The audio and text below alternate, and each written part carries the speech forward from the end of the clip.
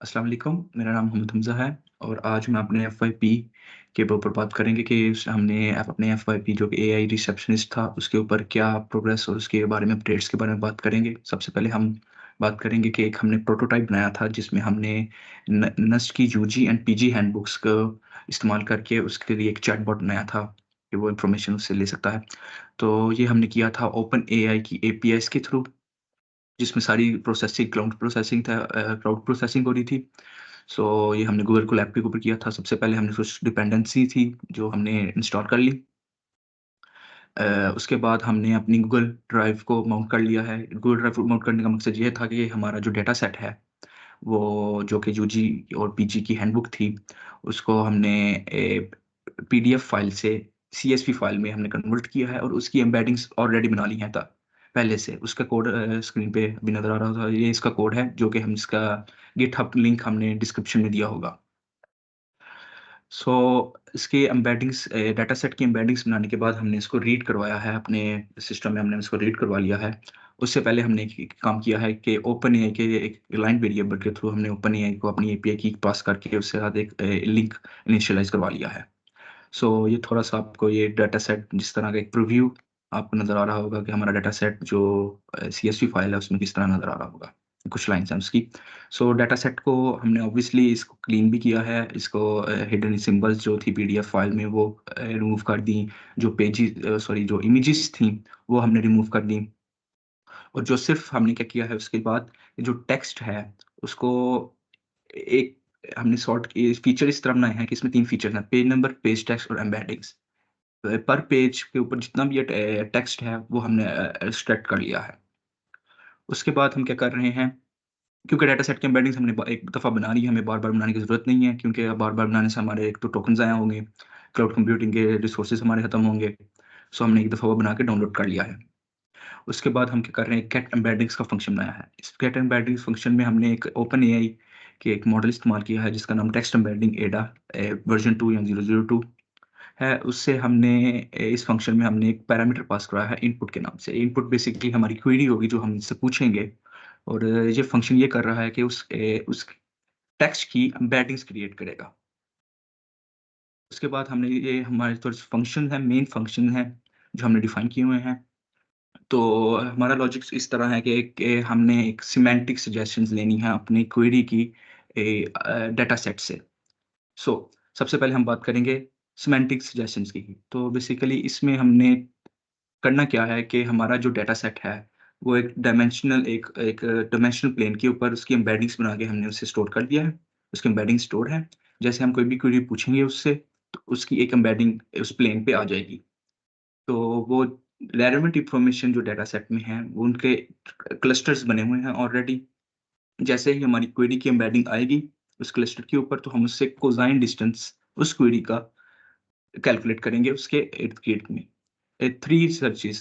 3 minimum जो distances होंगे उस हमारी एम्बेडिंग का और डाटा सेट में जो एम्बेडिंग का, तो वो हम वहाँ से पिक कर लेंगे। उसके बाद उसको जो 3 सर्चेज़ होंगी उनको हम उसका कॉन्टेक्स्ट देखेंगे, उसको कॉन्टेक्स्ट के हिसाब से ऑर्डर करेंगे और उसके बाद हम ये functions basically gate semantic suggestion में यही 3 चीज़ें हो रही हैं। सो मेन उसमें एक पहले सबसे पहले डाटा सेट पार्स हो रहा है, उसमें एक page page number, page text और एम्बेडिंग्स का एक ट्यूपल बन रहा है।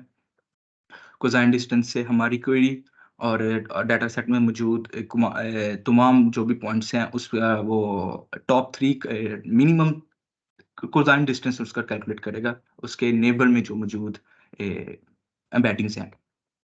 उसके बाद उसे ऑर्डर कर देगा और ये सब फंक्शंस हम अपने गेट सिमेंटिक सजेशंस के अंदर इस्तेमाल कर रहे हैं। गेट सिमेंटिक सजेशंस का जो फंक्शन प्रोग्राम के बाद में कॉल हो रहा है, तब मैं आपको बता दूँगा दोबारा। उसके बाद हम मॉडल लोड कर रहे हैं ओपनएआई की एपीआई के थ्रू। तो उसके लिए हमने इस्तेमाल किया है चैट कंप्लीशन मॉडल है इनका एक जीपीटी 3.5 टर्बो। उसमें सबसे पहले हमने एक कंप्लीट चैट के नाम से एक फंक्शन डिफाइन किया है जो बेसिकली यही है कि वो जो हमारी क्वेरी है उसकी वो एपीआई को रिक्वेस्ट सेंड करेगा, वहाँ पे प्रोसेस होगा मॉडल के ऊपर और वापस हम उससे रिप्लाई एक नाम से ले लेंगे। उसके बाद हम आते हैं हमारा मेन जो हमारा जहाँ पे ख़त्म हो जाएगा कि एक तरह से हमारा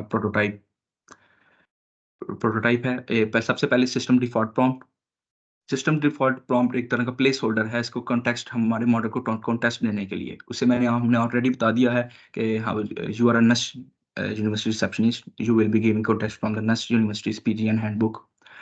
सो इसका ये मतलब है कि उसे हम पहले ही बता रहे हैं कि उसने एक एज़ अ रिसेप्शनिस्ट NUST के रिसेप्शनिस्ट के अकॉर्डिंगली जवाब देना है। सो वो इस तरह एक प्लेस होल्डर इस तरह से है कि जब भी हम उससे पूछेंगे तो वो इस तरह जवाब देगा कि according to the NUST handbook guide. So इस तरह एक बहुत सा नेचुरल रिस्पॉन्स होगा एक रिसेप्शनिस्ट का। उसके बाद हम एक हमने लूप लगा दिया है, एक इन्फिनिट लूप, ताकि वो बार-बार हम उससे सवाल पूछें, तो वो खत्म ना हो जाए, टर्मिनेट ना हो जाए, दोबारा पूछते रहें हम। सो उसमें हमने उससे हम ऑब्वियसली एक लाइन स्ट्रिंग पास करवाया है, जिसमें वो पूछ रहा है ask the next receptionist anything. उसके बाद हम अपना जिस तरह आप देख सकते हैं नीचे कुछ भी हम एंटर कर देंगे। तो वो बेसिकली उस जो हम एंटर करेंगे, जो यूज़र इनपुट होगा, उसके फिर क्या होगा, उसके ऊपर हमारी आ जाएगी गेट सिमेंटिक सजेशंस, जो मैंने पहले डिस्कस कर चुका हूँ कि जैसे ही हम अपना इनपुट देंगे, उसकी एम्बेडिंग्स बनेंगी। एम्बेडिंग्स बन के उसका कोसाइन डिस्टेंस होगा, ऑर्डर होगा, और वो हमें ऑर्डर होगा। फिर उसके बाद ये प्रॉम्प्ट ऑब्जेक्ट से वो एपीआई के थ्रू वापस एपीआई में हम उसे सेंड करेंगे। वहाँ पे उसकी प्रोसेसिंग होगी और रिस्पॉन्स हम उसका प्रिंट करवा लेंगे। चलें अब हम देखते हैं, इसका एक एग्ज़ाम्पल देखते हैं कि एक्सएफ ग्रेड का सवाल पूछा था कि हमने क्यूरी पास की थी, लेकिन अपेरेंटली हमारी रेट लिमिट एरर आया है। तो इसका ये मतलब है कि हमारे पास जो कोटा था टोकन्स पूरे हो गए हैं। तो अगर हम पे कर देंगे और मज़ीद हम इसी प्रोटोटाइप को कैरी ऑन करना चाहेंगे, तो हम फिर मज़ीद टोकन्स ख़रीद लेंगे एंड देन ये दोबारा चल जाएगा। लेकिन सिंस हम एवेल्यूएट ये वाला करवा चुके हैं, तो हमें फिर फ़िलहाल ज़रूरत नहीं है। मोर ओवर हम लोगों ने ये तो हमने ओपन एआई की एम्बेडिंग्स और ओपन एआई का चैटबॉट यूज़ करके किया है, एलएलएम यूज़ करके किया है। हमने लोकल रिसोर्सेज पे इम्प्लीमेंट करने के लिए और अपने बजट को मिनिमाइज़ करने के लिए हमने फ्री या ओपन सोर्स मॉडल्स भी यूज़ किए हैं, जो कि मैं आपको दिखाता हूँ। जैसे कि अभी हमने देखा कि हमारा रेट लिमिट एरर आया था, इसका ये मतलब है कि हमारा कोटा पूरा हो गया था। तो हम लोगों को जब हम पे कर देंगे तो वो वाला हमारा मॉडल चल पड़ेगा। लेकिन टू काउंटर दैट आर्ग्यूमेंट हम लोगों ने ज़रा open source embeddings and LLMs को यूज़ करते हुए एक और हम उस पे काम कर रहे हैं, जो बेसिकली हमारा ये वाला कोड है। इसमें हम लोग इंस्ट्रक्टर एम्बेडिंग्स यूज़ करते हैं। इंस्ट्रक्टर एम्बेडिंग्स ओपन सोर्स है and then we are using Meta Llama 2, जो कि हमारा एलएलएम है। लेकिन ये अभी कंप्लीट नहीं हुआ क्योंकि इसमें हमारे पास कुछ प्रॉब्लम्स आ रहे हैं, जो कि हमारे पास एक फाइस का मसला है। Fries basically Facebook AI similarity search है। जिस तरह हम लोगों ने प्रीवियसली सिमेंटिक सजेशंस किया था, उस तरह ये सिमिलैरिटी सर्च है। एंड दूसरा मसला ये है कि हमारे पास रिसोर्सेज की लिमिटेशंस की वजह से, क्योंकि मेटा लामा 2 बेसिकली हमारा बहुत ज़्यादा रिसोर्स इंटेंसिव एलएलएम है। तो हमें हमारा पीसी उसको सस्टेन नहीं कर पा रहा सही से, तो वो हैंग हो जाता है या फिर इस तरह का कोई इशू आ जाता है। फाइस करेंटली इज़ बेसिकली हमारी एम्बेडिंग्स को जब स्टोर करता है, तो वो बहुत बड़े डॉक्यूमेंट्स में भी इशू करता है। For example UG PG handbooks पे इशू कर रहा था कि वो हैंग हो जाता था या फिर इस तरह के मसले आ रहे थे। जो छोटे डॉक्यूमेंट्स पे ये completely it is very successful. उनको सही से ये बिल्कुल एम्बेड भी कर रहा है and then it is perfectly storing them as well.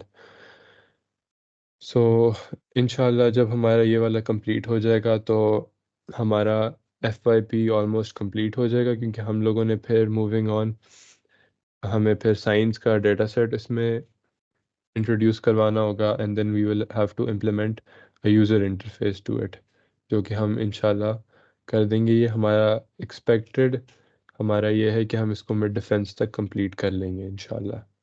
Thank you.